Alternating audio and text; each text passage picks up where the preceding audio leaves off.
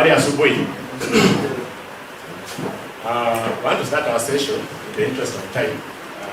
Number of us not there, but I think we can't continue waiting. So welcome to this forum that we're going to have today. And before I proceed, I'm going to request that we start with a word of prayer so that we're in good hands. So can I request someone to pray for us?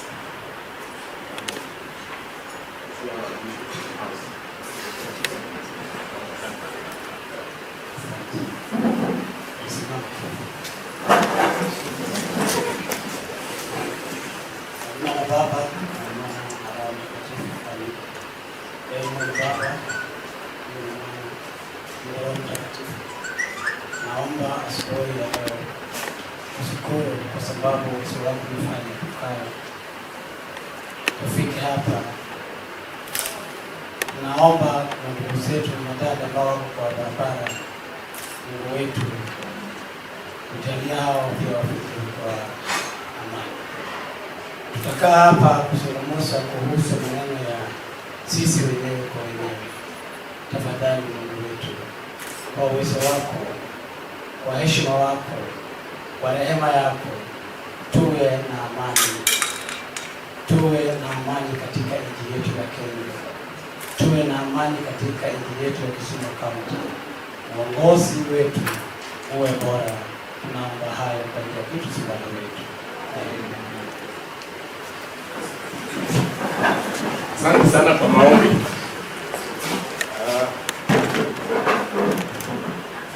So I hope each of us have a program that we're going to walk through. And as you can see on the program, we are still expecting some guests.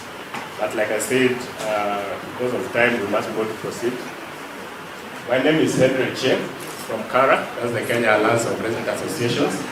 And we are happy to host you here today to discuss issues that are of very importance to each of us about evolution. And we know that all of us have our views about evolution. We all have what we think are challenges, we all know what we think are successes. And of course, we also have lessons that we've learned in the process of working on evolution. So today we are going just to have a discussion around those particular issues and see what evolution means as residents of Kisumu, and what are some of the prospects that we have moving forward. So we are going to have a number of speakers, and before I proceed, let me just recognize the speakers that we already have with us, and I know you know some of them. So Mr. Babu Karani is here with us on behalf of the Senator of Kisumu, Professor Nyang'o. We have Uta, who is our partner. She's there, and she'll also be making some few remarks. And of course, we also have Waziri from the county government office on behalf of the government, who has also joined us and going to make some remarks, and particularly tell us from the point of view of the county government how the evolution has been, and if there are any successes that we've experienced, and maybe challenges, and what lessons that we've been able to learn. So we are going to have also views from the civil society. And we are expecting Betty Opero, but there's Dennis, who is here, who's going to give us a point of view from civil society on behalf of Betty, but she'll be joining us, and also Alfred Adongo, who is on the way. So ladies and gentlemen, having said that, I think let us go straight to our discussion and listen to what we have to say today. And on that note, I'm going to request Uta just come and make a few remarks in terms of opening the session. Let's clap for her, please.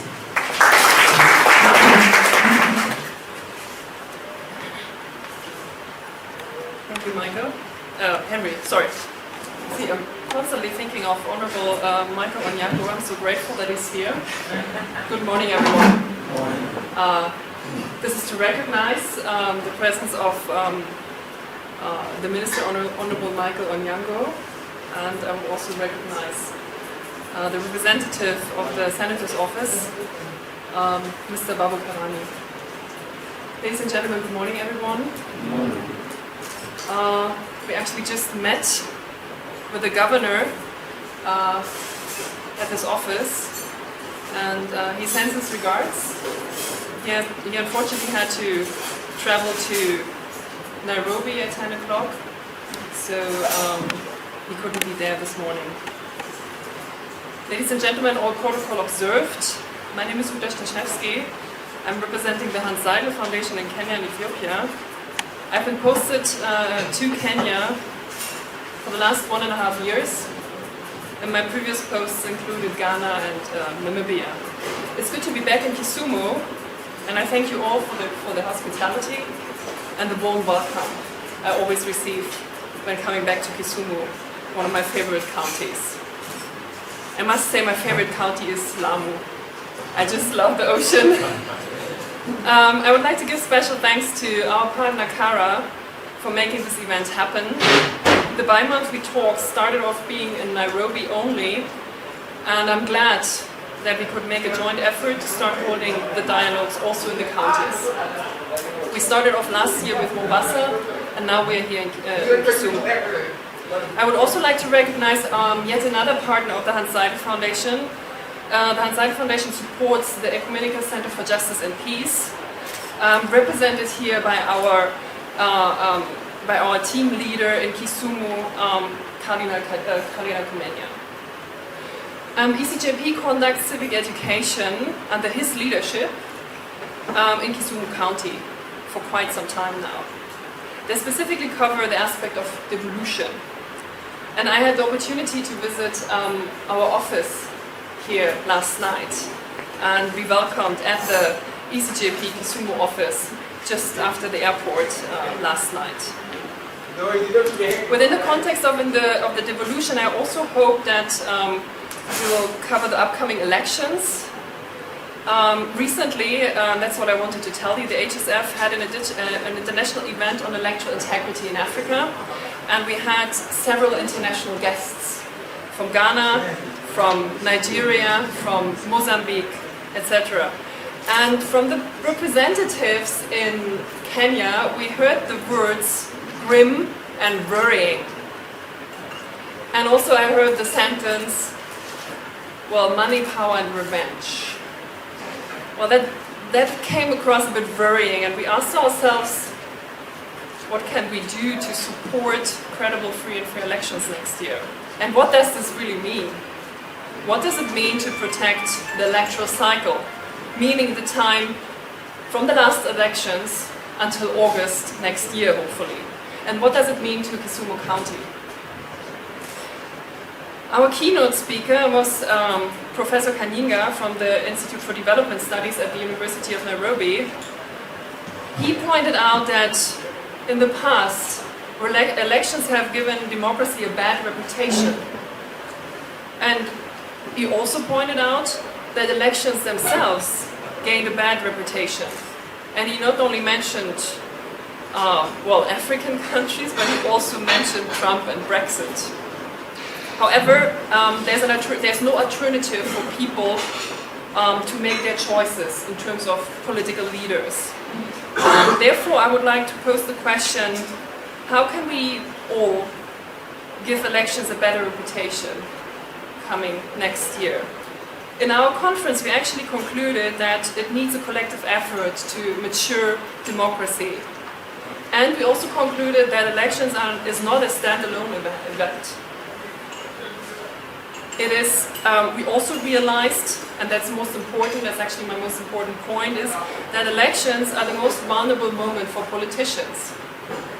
We make our choices, you make your choices, and the elections at the same time, which needs to be realized, is the most vulnerable moment for the politicians. I would like to leave it at this point, and would like again to commend the effort of Kara and ECJP here in Kisumu County, and I would like to conclude that this is one effort to support mutual exchange between civil society, the private sector and government. I'm grateful that you were able to honor this event with such a great number, and I wish you great fruitful deliveries. Thank you so much. Thank you, Uta, for those very precise remarks. And like she has said that we have been running a series of these forums in Nairobi, now Mombasa, of course now I want to do it soon. The whole idea is to create a platform where people can engage. And when you say people, we mean the government, we mean the taxpayers, we mean the private sector, and everybody else in Kenya who in one way or the other has an interest on issues of governance. And the whole idea is to ensure that we are able to dialogue, we are able to talk, we are able to assess ourselves in terms of what progress are we making when it comes to issues of how our resources are being managed. And of course with devolution, there's need for more of this kind of platform, because if you don't have an opportunity to talk with or talk to your leaders, and for them to explain to you what they are doing and what plans they have, then you might not be in a position to even hold them accountable, which you're supposed to do as a resident of this country. So it's important that during this kind of session, we are very clear, we are very interactive in the sense of trying to understand exactly what is going on and how do we come in as citizens. In this era of public participation, I think it's only fair that we have these kind of opportunities to ensure that we are at a point where we can have constructive participation and make informed choices. So having said that, ladies and gentlemen, I'm going to request Dennis just to give us a brief overview of his part from the civil society perspective before I ask our other speakers to come on board. So Dennis, please.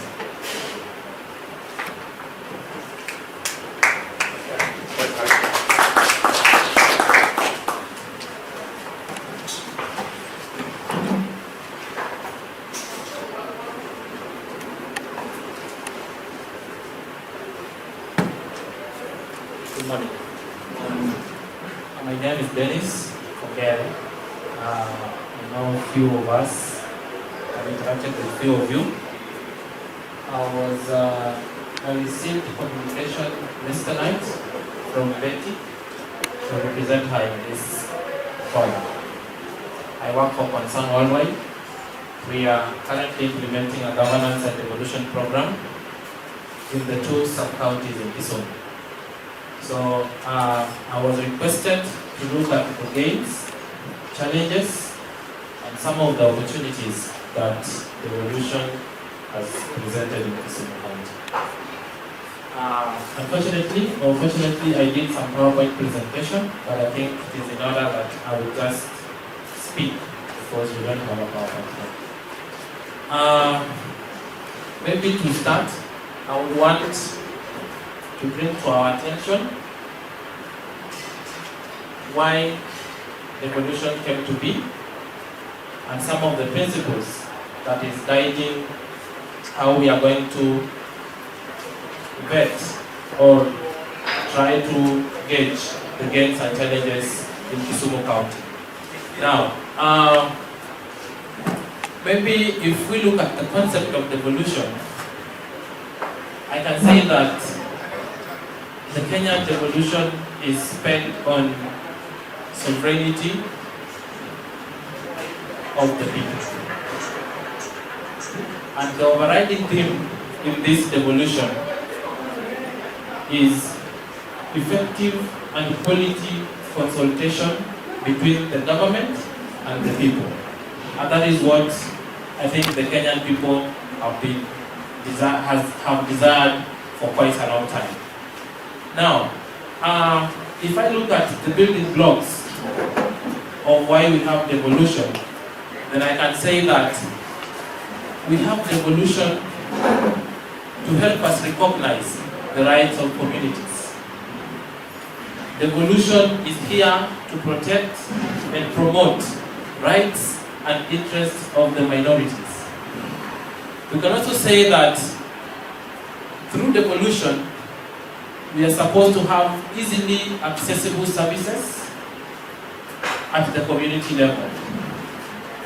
In this devolution, we are also looking at equitable sharing of resources from the national government to even marginalized counties. And through devolution, we are also considering enhancement of checks and balances. Now, from these building blocks, we are already bringing ourselves closer to understand what are we expecting through devolution in Kisumu County.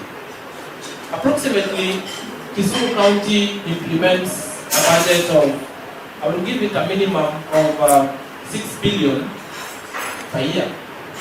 So for the past 4 years, it means that Kisumu has been implementing, is supposed to have implemented a budget of 24 billion. And that is purely money from the national government. We are not talking about the taxes here. So how has this money translated to the lives of a citizen of Kisumu County? I figured around and tried to look at some of the successes that we can mention in Kisumu County. And I'll confidently say that Kisumu County has tried to construct or develop certain modern ECD schools from the health and education sector. Kisumu County has provided scholarships to citizens from the minority families. We have seen access roads from various communities and villages. We've equally seen those roads lead in the informal settlements in Kolele, Kenyatta, and maybe the Lenda areas. In the health sector, we've seen equipping and a little bit of construction of health facilities and payment of doctors and queues. We've also witnessed introduction of revolving funds that have been empowering women, persons with disability, and the youth. We've seen markets being constructed from the Ministry of Trade. We've also, some of us have also seen construction of, we call them resource centers and community halls that have been assisting communities to at least get information. And we've also seen the evolution of the system up to the ward level, which has to an extent aided service delivery to the counties. I know you can also mention much more on the gains, but those are the ones I picked. Now, I will not forget to mention that Kisumu County has actively developed certain legislations, and from my findings, there are approximately 20 to 25 legislations that have been developed by the Assembly. Because you realize that most of the counties, some of the research that we find that in most of the counties, the assemblies only conduct bare minimum legislations. And what do I mean by bare minimum legislations? They are legislations that are of a requirement for the assembly to develop, but they don't move further to look at how policies need to change the lives of the community. What are those kind of bills? We are talking about finance bills that is a requirement that they must develop. But do they move further to look at the policies and legislations that need to transform the lives of the community? So I will also give a plus to our rambling assembly for at least coming up with certain bills. And I will give them a plus on Public Participation Act and Access to Information Act, which is equally fundamental in helping communities realize or effect their right for participation. Now, to summarize, I will look at some of the challenges. And some of the challenges I can point out is that we still are realizing misplaced budget priorities and management of resources, both from the barely from the county executive. We are witnessing clanism and favoritism in appointment of county government staff. We are also witnessing poor service delivery and lack of proper feedback mechanism that the communities need to use to ensure that their complaints are heard and are addressed. We are also witnessing weak public consultation mechanism that is a little bit bordering tokenism. We find that in public participation events, we are seeing same faces every now and then. But we are asking ourselves, at what point will the county government try to reach the extreme poor At what point will the county government try to reach the vulnerable, the persons with disabilities, so that their views can also form part and parcel of this 7 billion or 6 billion we are talking about on a yearly basis? We are also witnessing lack of political goodwill, because I mentioned that in 2015 the county government enacted Public Participation Act. But up to now, has the act been operationalized? The answer is no, because the act requires the county government to create an office or a directorate of public participation, which is not there at the moment. When we check the budget, this financial year budget, there is no budget for public participation. So what does it mean? That there is lack of political goodwill to ensure that that act works. Same to Access to Information Act, and I'm happy that the CEC information is here. It will help us shed light on where the act is, as people understand what the act says and what his office is doing to ensure that access to information is fundamental in the operational side of the county. I will also talk about, we've witnessed reduction in revenue collection, and I think in the past few years that one was some of the headlines in the newspapers, that Kisumu County has been collecting, I don't have the figures, but Kisumu County has been collecting less than even what the municipal council used to collect during revenue. So are we having other accounts that the revenue is being channeled to, or it is only weak system that is trying to promote this laxity in revenue collection? Or maybe we can say that, are we contented with the 7 billion from the national government? I think the answer is no. So we also need to understand how this works. The last year we'll talk about legislations that are not supported by policies, because ideally policy informs legislation to a larger extent. But you find that the county government is quick in developing legislations that are not supported by policies. So you find that the legislation suffer maybe implementation. For example, we have World Development Fund.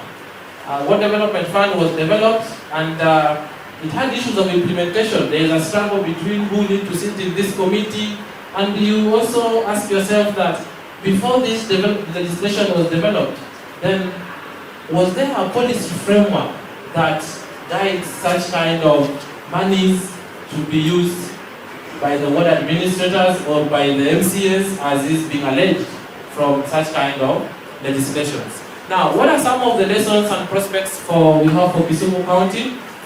I will confidently say that this county sits at a very strategic position as an economic hub for East Africa. So how are we using that to promote and to ensure that we build this county? We have the airport here, we have the rice farms, but how is the county government assisting farmers in ensuring that their rice is well packaged and is ready for export? How is the county government using the lake here to promote tourism and even other businesses across East Africa? We also have untapped resources. We have untapped resources, and one of the untapped resources I can talk about is we have our youths in Kisumu County. The youths have demanded for a long time to be engaged in county governance, but apparently the youth are not seeing anything better that the county can use for them. Why can county government come up with industries that these youths can wake up in the morning to find themselves busy and take care of their families? We also have vibrant civil society and informed, to an extent, informed community in Kisumu County. How is the county government working closely with the civil societies to help them promote better governance? How is Kisumu County using informed citizenry so that the spirit of devolution of bottom-up approach in terms of budget and planning process is realized, other than working with a few, with minority elites to develop the projects and to take them back to the people who are not well and civic who are not having well civic knowledge. Lastly, I will talk about research and collaboration institutions. We have universities in Kisumu County. There are almost 4 or 5. Has there been a very proper partnership in terms of innovation, in terms of promoting innovation, in terms of promoting civic knowledge, and in terms of promoting development and industrial revolution, so that the policies in Kisumu County can be informed by research, so that we have very concrete, robust policies that can actually implement and see Kisumu moving forward. Ladies and gentlemen, that is what I have for my presentation.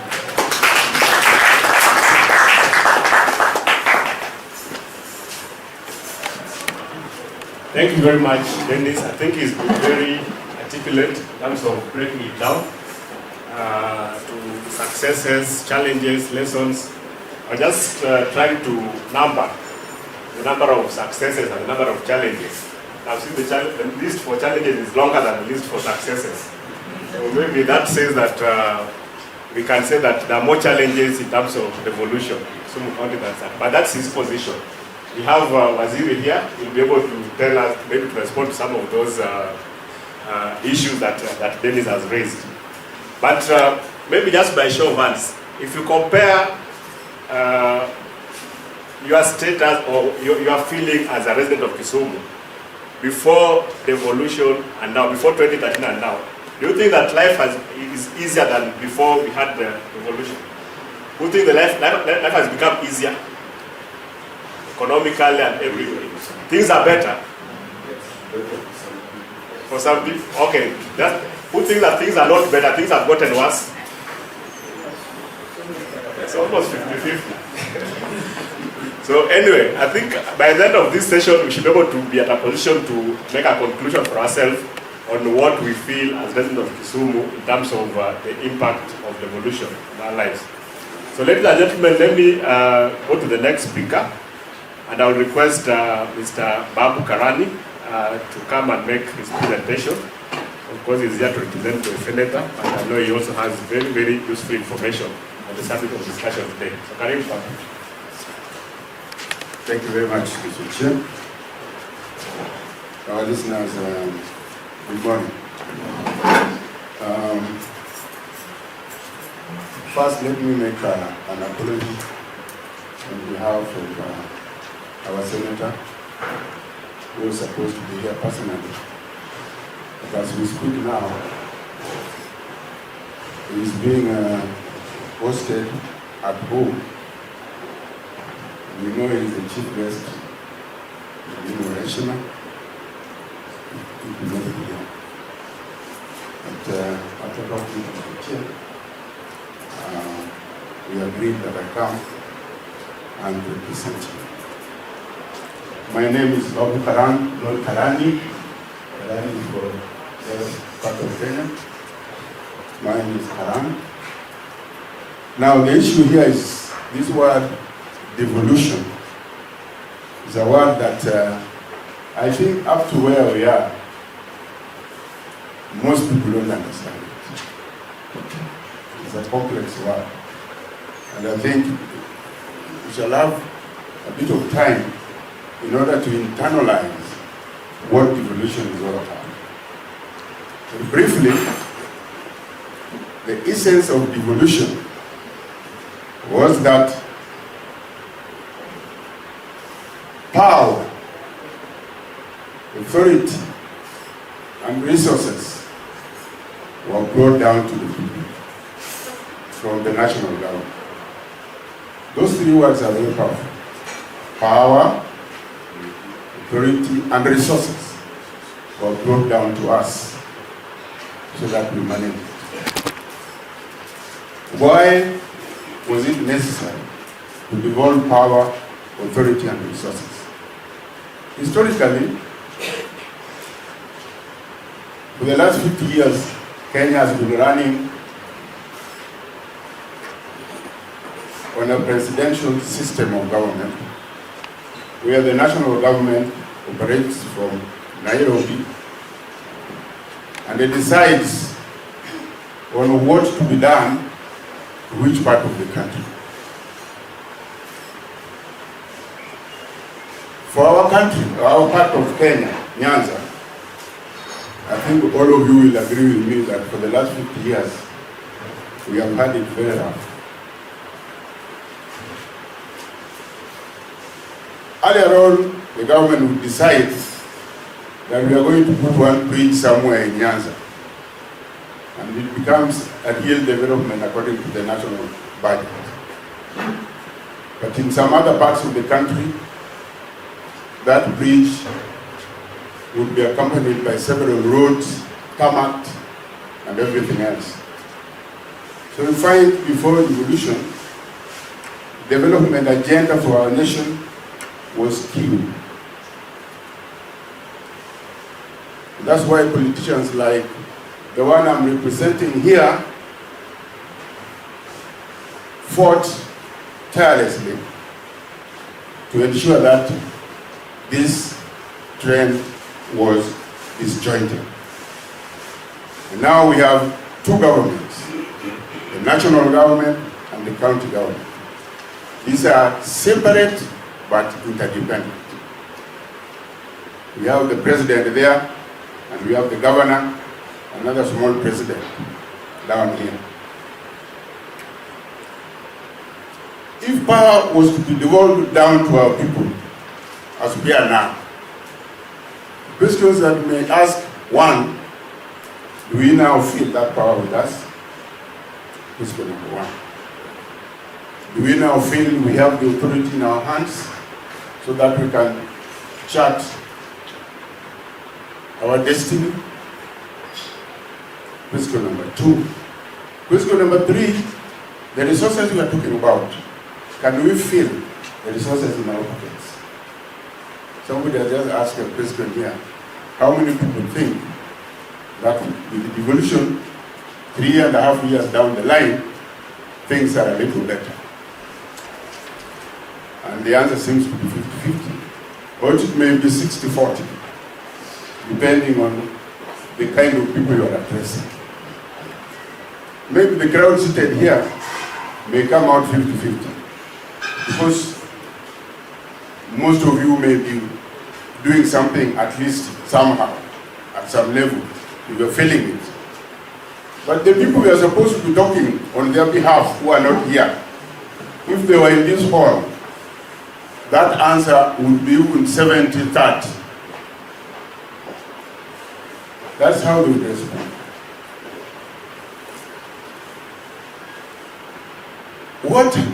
Before I come to the gains, let me look at the challenges. The main challenge that seemed to be interfering with the concept of devolution is the manner in which we have approached the devolution process. I think up to now, those who have been given the power and the authority to make sure that devolution takes effect also have problems in doing so. Either they don't understand it, or they are mesmerized with the resources that have been allocated to them for them to manage on our behalf. That is a possibility. So the problem we have, in my view, and the main challenge that we have with devolution is management. How are we managing all these ideas around devolution so that the effect can be felt by the common man? Power and authority is supposed to have gone down to the people, not only up to the ward level. It should go up to the village. If you look at the structure of devolution, you should have what we call the village councils. These village councils, that is the point of reference when a county government wishes to provide services to the people. If they are conducting what we call public participation, it should start from that down the village council. Because at the village level, the people there know exactly what they need, their priorities. So before budgets are drawn, information must have come from down there. So the question is, as we are now, do we have village councils with us? Do we have them? So which means somebody somewhere is still deciding on behalf of the people on what people need. Which is wrong. That is the old way of doing things according to the national government. So we have not devolved the system down to the people. And that's why you cannot feel it. It's still hanging. You cannot come to say to my village and decide to make a road or decide to put a bridge without making the road, where actually what we need is a health center. That's what we need. If you came to find out from us, we would have told you, yes, we need the road, but what is so serious here is a health center. Because the next health center that we have is about 15 to 20 kilometers. But the ideal position should be a radius of about 4 kilometers for a health center, so that when our mothers in the village want to deliver, we don't have problems in taking them to the nearest health center. So until that comes, the village councils are established. I think that is one main challenge that has made devolution not to permeate down to the people. What are some of the lessons that we must learn from these failures? One, in my view, lack of preparedness. I think when devolution came, there was need for even the governors to have been taken for some kind of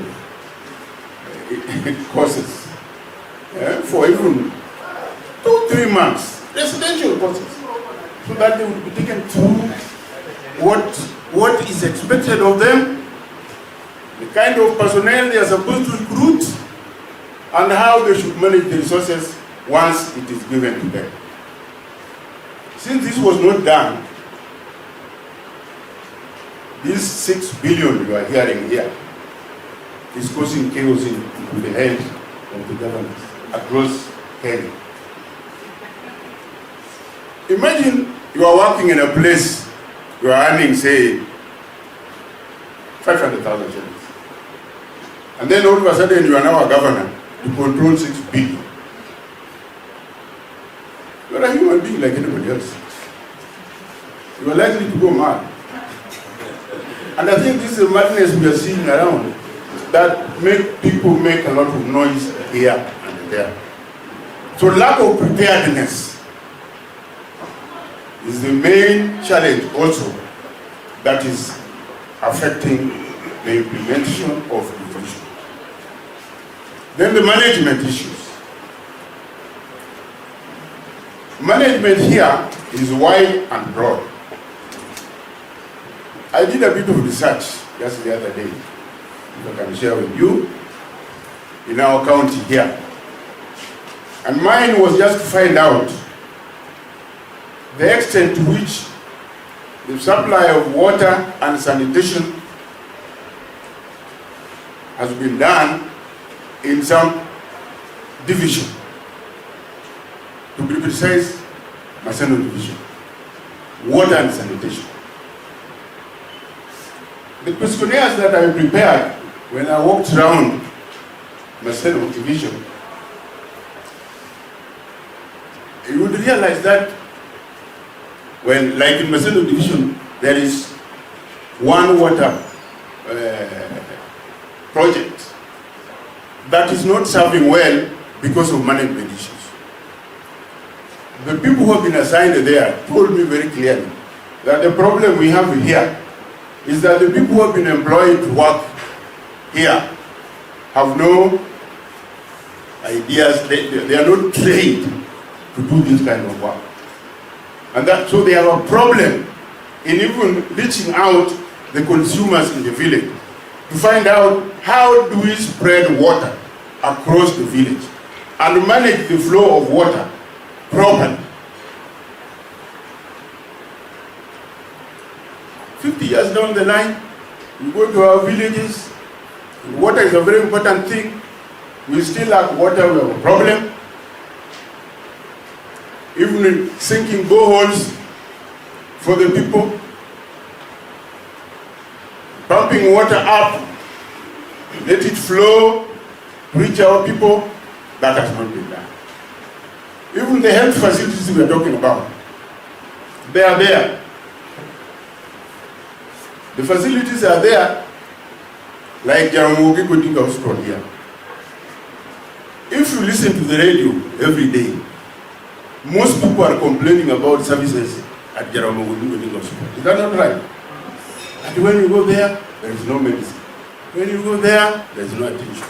When you go there, the nurses you are gone. Why?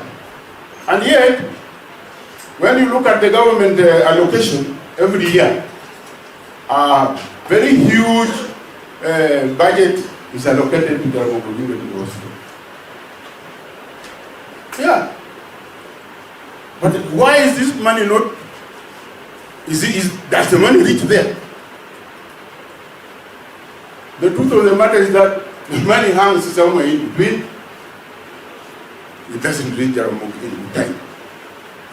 It reaches, but not in good time. It reaches, but in bits. To an extent that you cannot feel that money has been brought here. These are challenges that, since the money, the county government is represented here, will tell you exactly why that is a problem. According to the national government, money has been given for level 5 hospital. According to the consumers, we are not getting services. So what is happening where? What is happening where?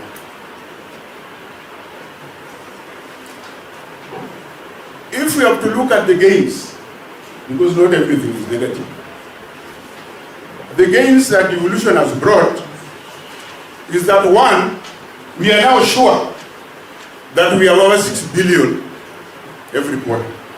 That one we are sure. How we are managing our 6 billion, that is now another story. As opposed to previously, when we were not sure how much money would come for us for development. Now we are sure. If you multiply it 3 or 4 times, it is 20 billion. If we work with this money properly, ladies and gentlemen, devolution is the best system that we can enjoy in this country. Devolution is the best, and we must fight tooth and nail to ensure that it succeeds. After all, this is only the first 3.5 years. We are moving on. To me, we just got independence 3.5 years ago. And for independence to take shape, we need time. So let us come together, work together, advise the government in place, and make sure that things are done in the proper way. It will get us out of poverty level, definitely, if we address management issues. If we were serious, really, like in Kisumu here, we have factories like Kenya Brothers. Everything is there. Next to it, we have got Kikomi. The machines are there. We could have started by, introducing